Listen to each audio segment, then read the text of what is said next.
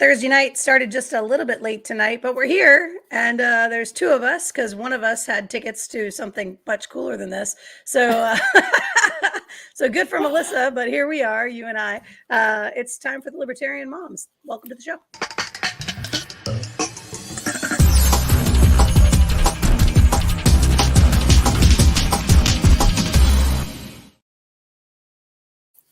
All right, season 5, episode 3. There is no normal, new or otherwise. You're so much better at titles, and you were at the spa this afternoon, so I couldn't hit you up for a better title than this. You're the one that came up with "Don't Tread on My Uterus" last week. And I was like, oh, where's Jessica for a good title? But all I could think about was how all during COVID, people kept saying, like, this is our new normal. This is our new normal.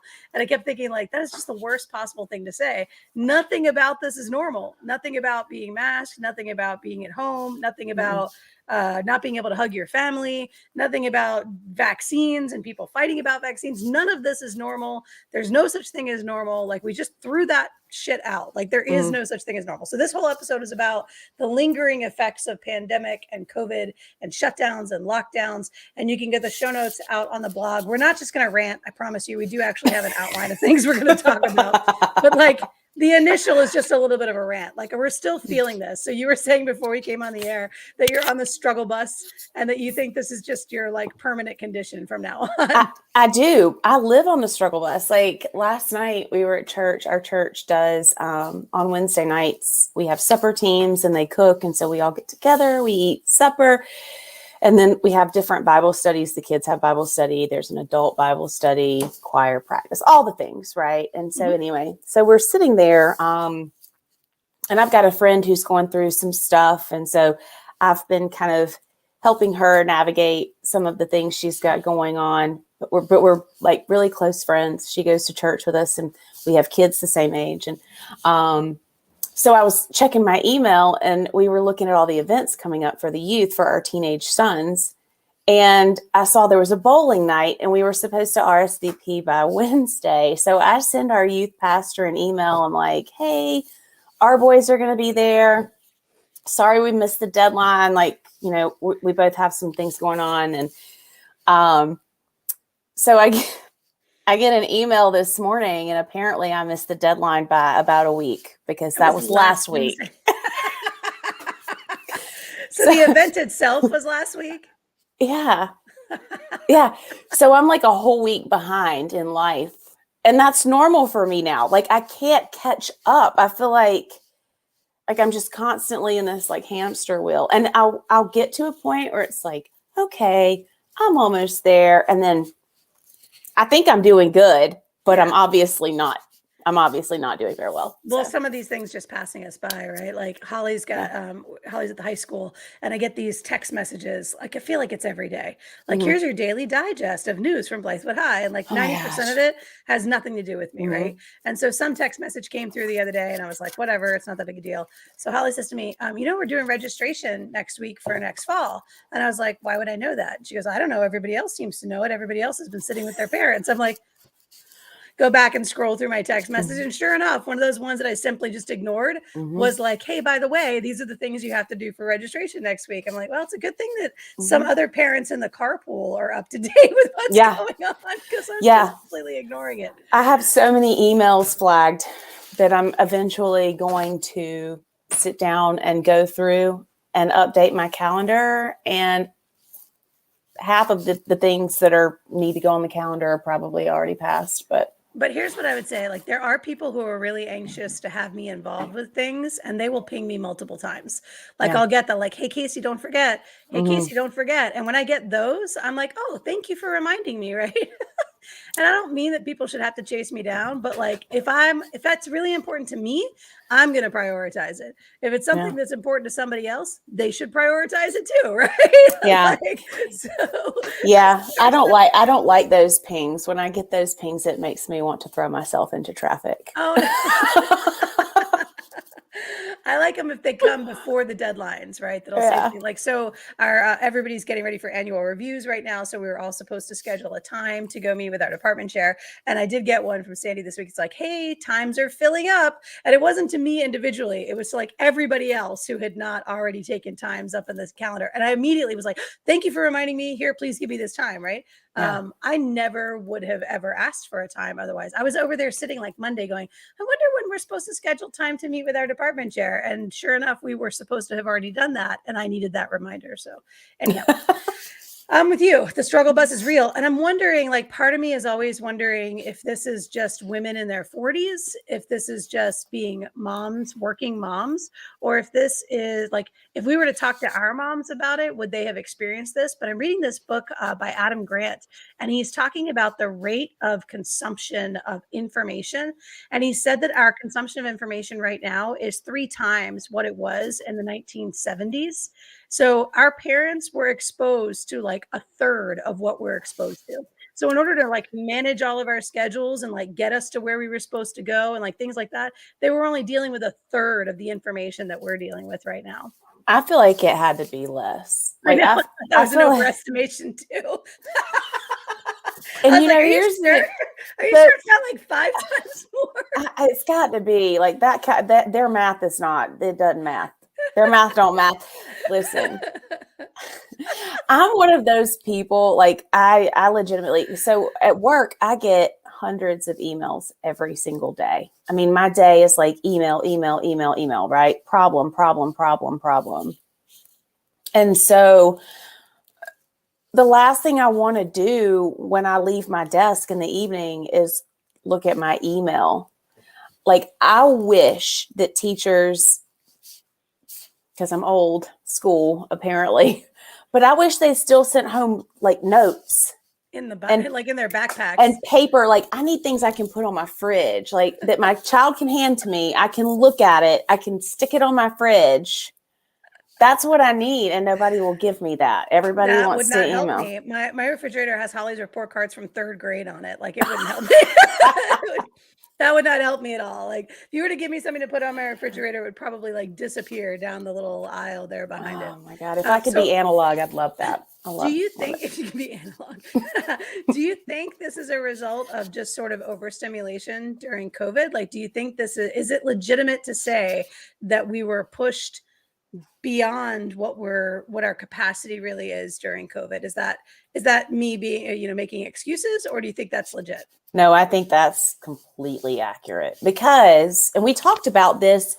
We did an episode on the crisis cycle. Mhm. Wasn't that what it was called? And it was like, it was constant, right? The news was just constant. It was doom and gloom and everybody's going to die. And it was, I mean, it was horrible. Like, Mhm. for a solid year, that's all we heard. You couldn't get out and see people. You couldn't touch people. And as humans, like, we need contact.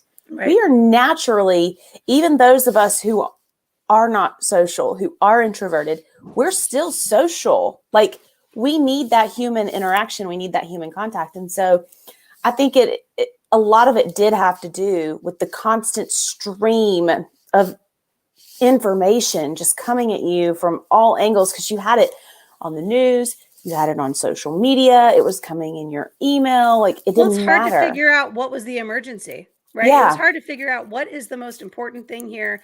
What's the thing I have to be paying attention to? Like, what's the thing that I can prioritize? Because everything was urgent and Everything. everything was important. And it was exhausting for everything to be urgent all the time. And then add to that we're all shut in, locked at home, right? And as moms typically carry a bigger percentage of household duties and household responsibilities, like, so then magnify that on top of your work. So did your work was pretty much uninterrupted, wasn't it? Because you work from home. I do, but I'm in real estate. And Okay. so we actually got way busier. Like, it was crazy, like insane, because the real estate market just went through the roof when they dropped all the interest rates. Right. And I mean, it was like not only, refinance transactions, because of course people want to refi because you get a better interest rate. I mean, we refied. Yeah. But purchases were crazy. Like I've never seen people buying houses this fast. I mean, developers couldn't get houses built fast enough Right. to supply for the demand that there was in the housing And then there market. It was the was huge crazy. lumber shortage. And of course, people Mhm. couldn't work because of the shutdowns and lockdowns and things like that. Yeah. So everything got backlogged. So the Right. demand stayed the same into 2021, but there wasn't any inventory available for them. So that's why we're seeing all the prices going crazy right now. Mm. Yeah. Yeah, it was crazy though. So I worked from home before COVID, um, which was challenging in itself because when you work from home, um, you have to be able to have those clear lines, those clear boundaries, Hmm. which is hard in itself. But then you add a situation like COVID where there is such a demand for what you do specifically, and it's like I felt like there was no break. I mean, Right. it was crazy. And it was right after I took over the role as the operations manager Hmm. for our operation. Um, and so I was still learning, like I was learning how to do my job and trying to figure things out. It was nuts. Yeah.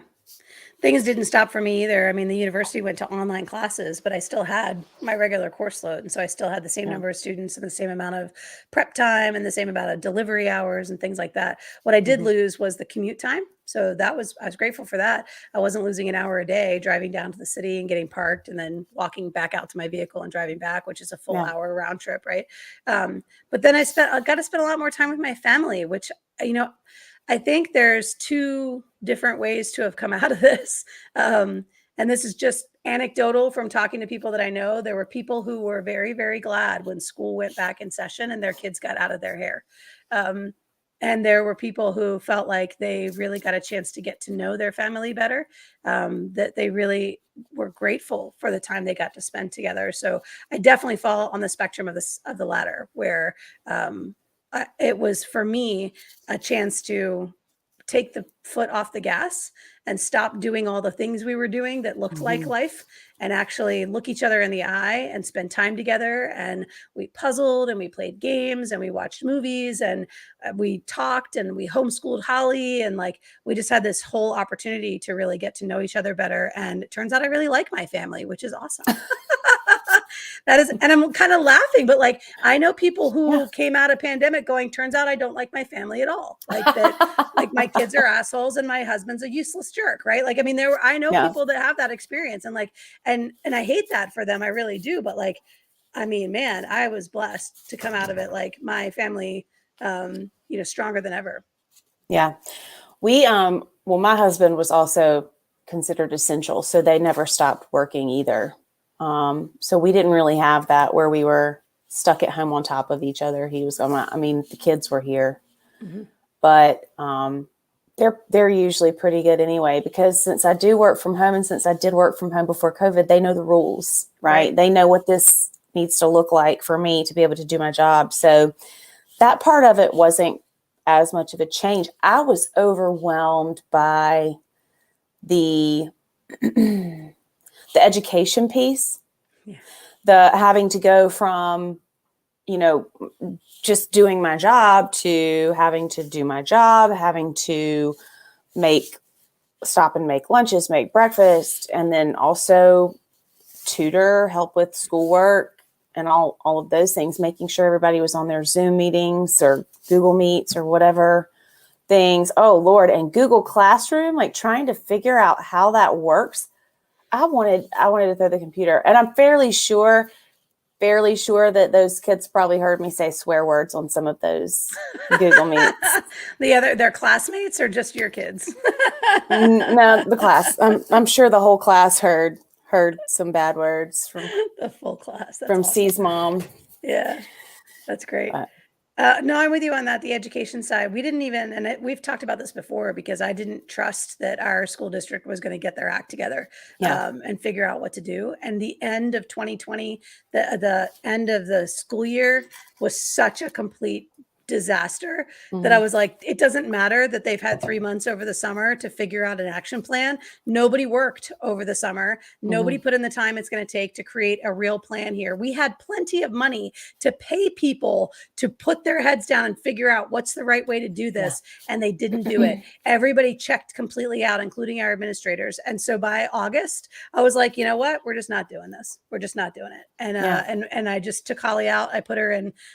We created a little homeschool, and we built our own little curriculum. It took me like 3 days to build a curriculum out of the materials that I was offered, and like, boom, here you go. And so she and I just went through her assignments every day, and it probably wasn't the best educational experience because I wasn't holding her feet to the fire. I was like, do the work, right? Like, I expect you to do the work. There were no quizzes, there were no tests. She had one major assignment, per segment. We did it in we organized it by Henry VIII's 6 queens. So we didn't do quarters. We did 6-week little what would you call it? Units, I guess. And they were each named after a different queen. So we did Catherine of Aragon, and we did Anne Boleyn. And I mean, she was into Six, the musical at the time. So it was like the right way for us to align the learning. But anyway, all that to say, like, we just did our own thing. And I think that freedom piece, that eligible freedom that we were available, that was available to us in South Carolina, because South Carolina makes it so easy to homeschool.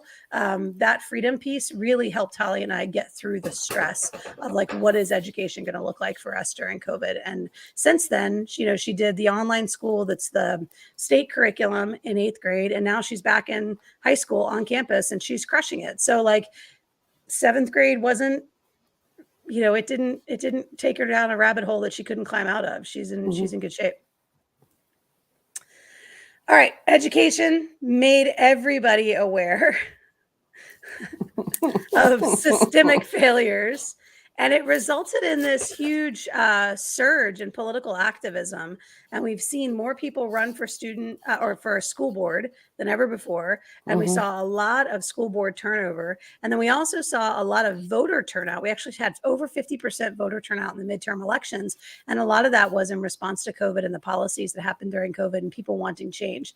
It wasn't as good as we wanted to be. We need more candidates. We need more voter turnout. But it was still indicative that people are sick of the status quo. They were sick of the system that was clearly so broken, and COVID demonstrated that for us. So do you have people in your life that are like, man, I'm glad everything's back to normal? Do you have those people around you? Yeah, I mean, I guess to some extent, yeah. I don't guess I know anybody who would say that even now things are normal, but I think people have become acclimated to this continued or lingering turbulence, struggle bus. Like consistent location on the struggle bus. Yeah, I guess because everybody just kind of accepted like it's never going to be like it was before COVID, right? The world is never going to be the way that it was. And so it's like you just accept that and you find ways to make it as close to pre-pandemic life as you can.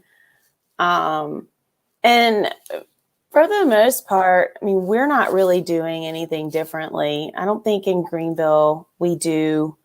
Like we don't have mask mandates. I mean, you'll see people wearing masks, but we don't really have a lot of people who wear masks. Businesses aren't requiring them. Yeah, I guess it's pretty close to, I guess.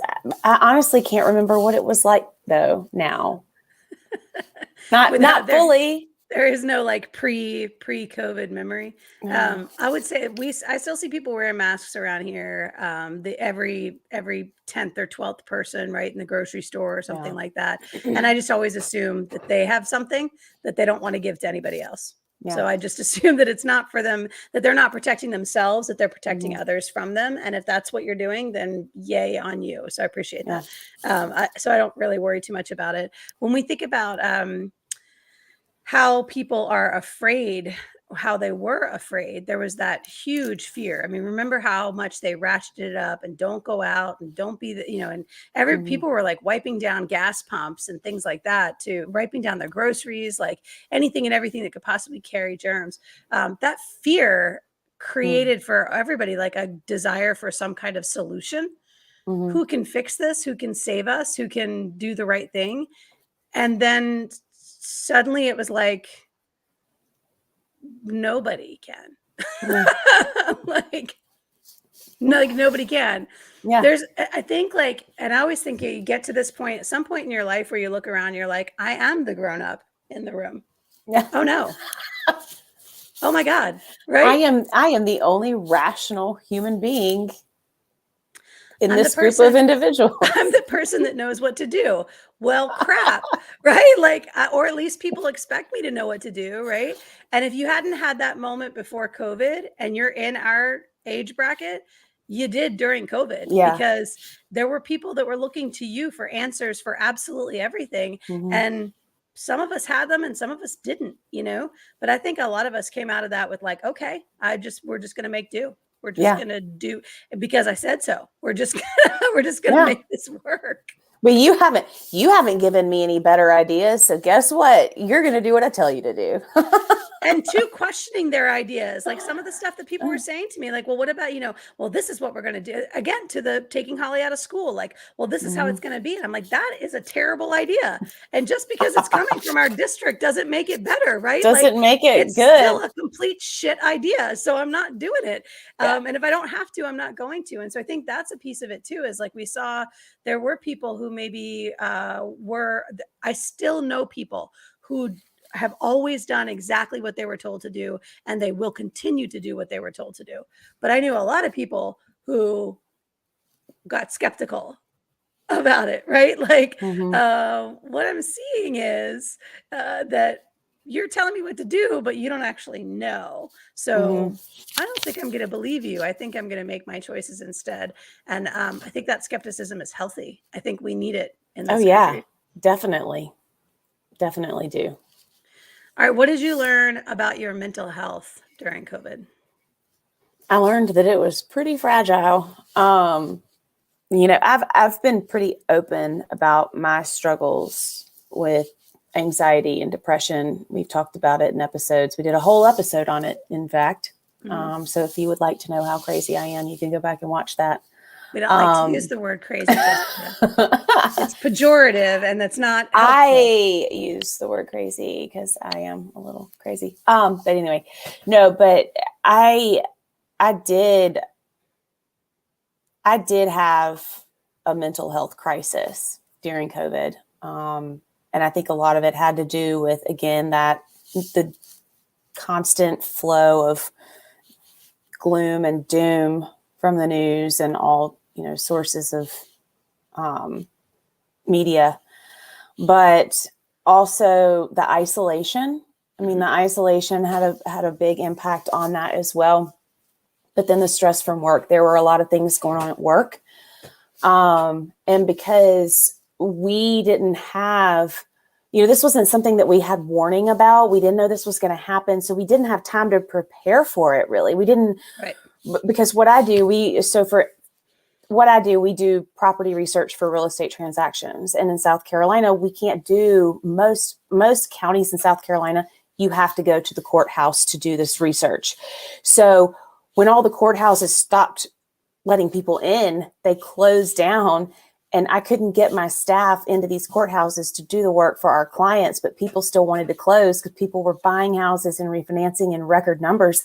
Guess what? Those people couldn't do that until we did what we do, because the attorneys couldn't close those loans until we did what we do. Oh, wait, I'm sorry, because I want to make this really clear. So government shut down, and the job that they were supposed to do, which is maintain records of sales transactions, they stopped doing their job, which prevented you from doing your job, which prevented people from being able to buy homes. The government shut down, like they stopped doing. Okay, just making sure. So if had those records been in the possession of anybody else, they may have still been accessible. Well, if they had been, digitized, and then there was when they were supposed to be. Didn't they have? Wasn't there some kind of like everything has to be digital by some sort of point mandate? Has that not ever been a thing? No, not in South Carolina, which is a whole another conversation. But it has a lot to do with our legislative body that is filled with attorneys. Anyway, But so all that's to say, it was incredibly overwhelming because not only had I just taken over a position, I was walking into that position being handed a very difficult situation. There was a lot to fix. And so I was still in the process of stabilizing all of these things. And then this pandemic happens and it just completely threw a wrench into everything. And so I had a bit of a breakdown, and it was pretty crazy. Just the whole situation. Thankfully, my boss and his boss, they were amazingly supportive. But yeah, I mean, the whole thing just, it sent me into a tailspin. And I have a hard time believing that I'm the only one. I can't possibly be the only one who was that overwhelmed. No, I don't think that I don't think you were at all. I think Yeah. people started to realize that what they had been doing was balancing everything in a very precarious way, in Mm-hmm. a way that was sustainable only as long as everything was going along the way it was going to go along. Only Mm-hmm. as long as you had the momentum of the school schedule, the momentum of your work schedule, even if you have ebb and flow in like seasons and things like that, like, I know there's an end to this when my kids graduate and go to college or whatever, right? Like, Mm-hmm. there was a sense that, like, I can keep spinning all of these plates as long as, if one drops, I can handle it. Maybe two, I can handle it. But COVID made them all fall. And so Yeah. if you're anybody who had multiple things that you were trying to balance, they all just came tumbling down. And Well, go ahead. sorry. And I think it made it worse, that factor of isolation, because I don't know about you, but as a mom, sometimes I lean on other moms, like to help get my kids places, or I'll help them get their kids places. We kind of band together and we help each other out when and where Right. we can. But we couldn't do that in COVID, Right. right? Like there was no support. No, that whole network was gone, right? Yeah. And Yeah. what's so to me, what I was so stunned about, like we're, I don't know, like 4 or 5 months into COVID, and these reports are coming out about like cardboard shortages, right? Which is Yeah. like why we can't do 9 things down the supply chain because the cardboard Mm-hmm. shortages, right? Cardboard factories were not essential, so they were shut down, right? And like, but everything needs cardboard. Like all of a sudden it's Mm-hmm. like, oh, and here we are all the way down the end of the supply chain. And it's because the people who orchestrated those shutdowns didn't understand the complexity of our Mm-hmm. economy and the Yeah. complexity of our supply chain. All they understood was, well, if we put people in their homes, they won't spread the disease and our hospitals will be okay. But if you put people in their homes, our entire supply chain is going to shut down, right? Mm-hmm. And you've got to think that somebody was saying that. Like, and I even Yeah. want to say, I'll even give credit to the Trump administration because Donald Trump waited as long as he possibly could for those lockdowns. Like, Yeah. he really did not want to do it. And even in South Carolina, Henry McMaster did not want to do it. Like, we had Yeah. Republican governors and Republican lawmakers that were saying, don't do this. It's going to ruin us, right? Yeah. But then the flip of that was all of the death spikes and the hospitals and these kinds of things. And I mean, and it's easy to look back and say, well, this was a bad decision. But I think what makes me so frustrated by it is there were people whose entire careers were spent building these plans, right? Like Mm-hmm. that's all they were doing was writing up emergency management plans. Like Yeah. they're supposed to know this shit. They're bureaucrats, granted, but they're supposed to know this shit. They're supposed to know what the impact of these decisions is going to be. Well, And and like, what does it say that, I mean, we're still dealing with the impact of yeah, these lockdowns. I mean, there are like, I know, for example, the skincare that I use, there's a specific product that has been out of stock for 8 months, 9 months because of packaging, because yeah, they couldn't get the packaging. Like after the whole pandemic, like they couldn't get caught up, and it's just now coming back in stock. But it's been yeah, completely out of stock for like 8 or 9 months. And like yeah. even Well, my esthetician couldn't get it. We were just listening to the Words and Numbers podcast talking about supply chain challenges where they're talking about these freights, like these huge, massive crates that are sitting on the port docks. So here's the other part of that is now we have visibility to that. Now we have transparency over that. Like now people see just how fragile that infrastructure is. And instead of being like, man, we have got to get some entrepreneurs in the game. Like we've got to build more businesses. We've got to get more people out there doing these little small pieces of work, right? We need to have more participation in the workforce.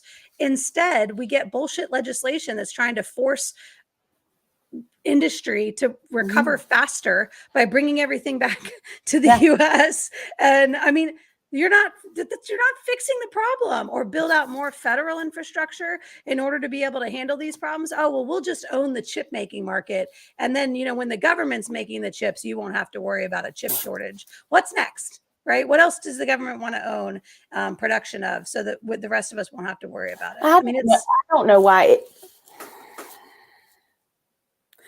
I don't know why we would trust the government to do anything effectively or efficiently or any other way than. There's just no evidence. There's just no evidence that they're capable of doing this stuff. So I just don't understand. Not a shred of evidence. I'm with you. No. So that's kind of this last bullet point, right? Is in the aftermath. Like what has irrevocably changed and what has frustratingly gone back to normal. And I would say what has frustratingly gone back to normal is people expecting our government to answer these problems for us instead of doing it themselves. Although I will say there's a huge surge in entrepreneurship right now. We're seeing more businesses established every single year, which is awesome. The more people can build their own businesses, the better off they'll be. But prices are so high. We were talking about it today. There's not any reason on the planet that a family on $70,000 shouldn't be able to cover their bills.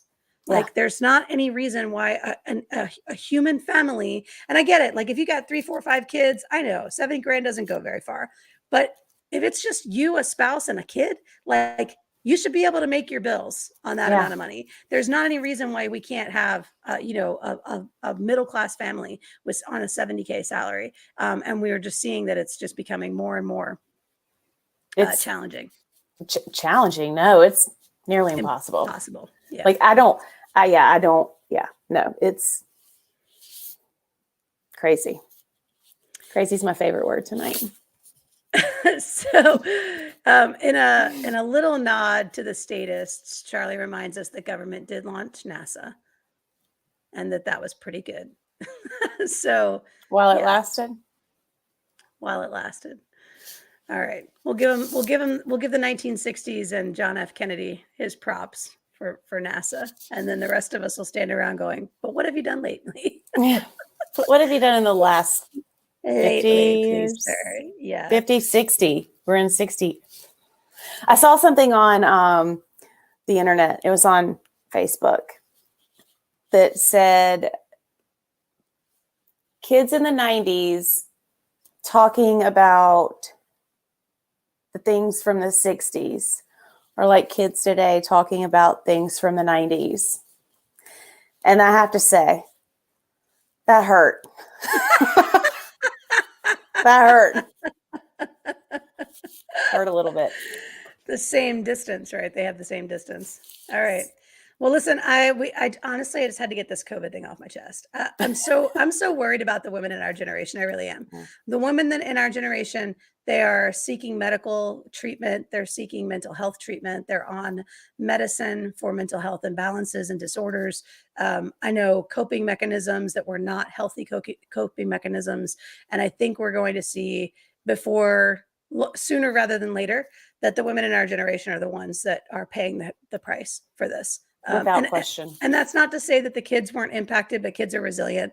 And that's not to say that our husbands and our brothers and our uncles and all of them weren't impacted, but women carry the load and they pick it up when others won't. And we know during COVID that a lot of people dropped the load and they were not pulling their weight.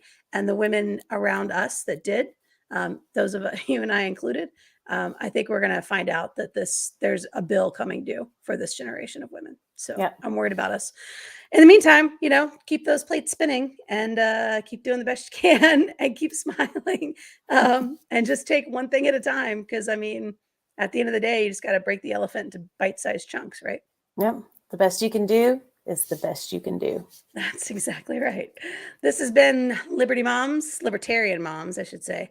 We got a thing with those moms for liberty. We gotta figure out what that's all about at Gotta some hammer point. this But out. Libertarian Moms, that's you and Libertarian me. moms. And sorry, Melissa, that we missed you tonight, but we will see you next week.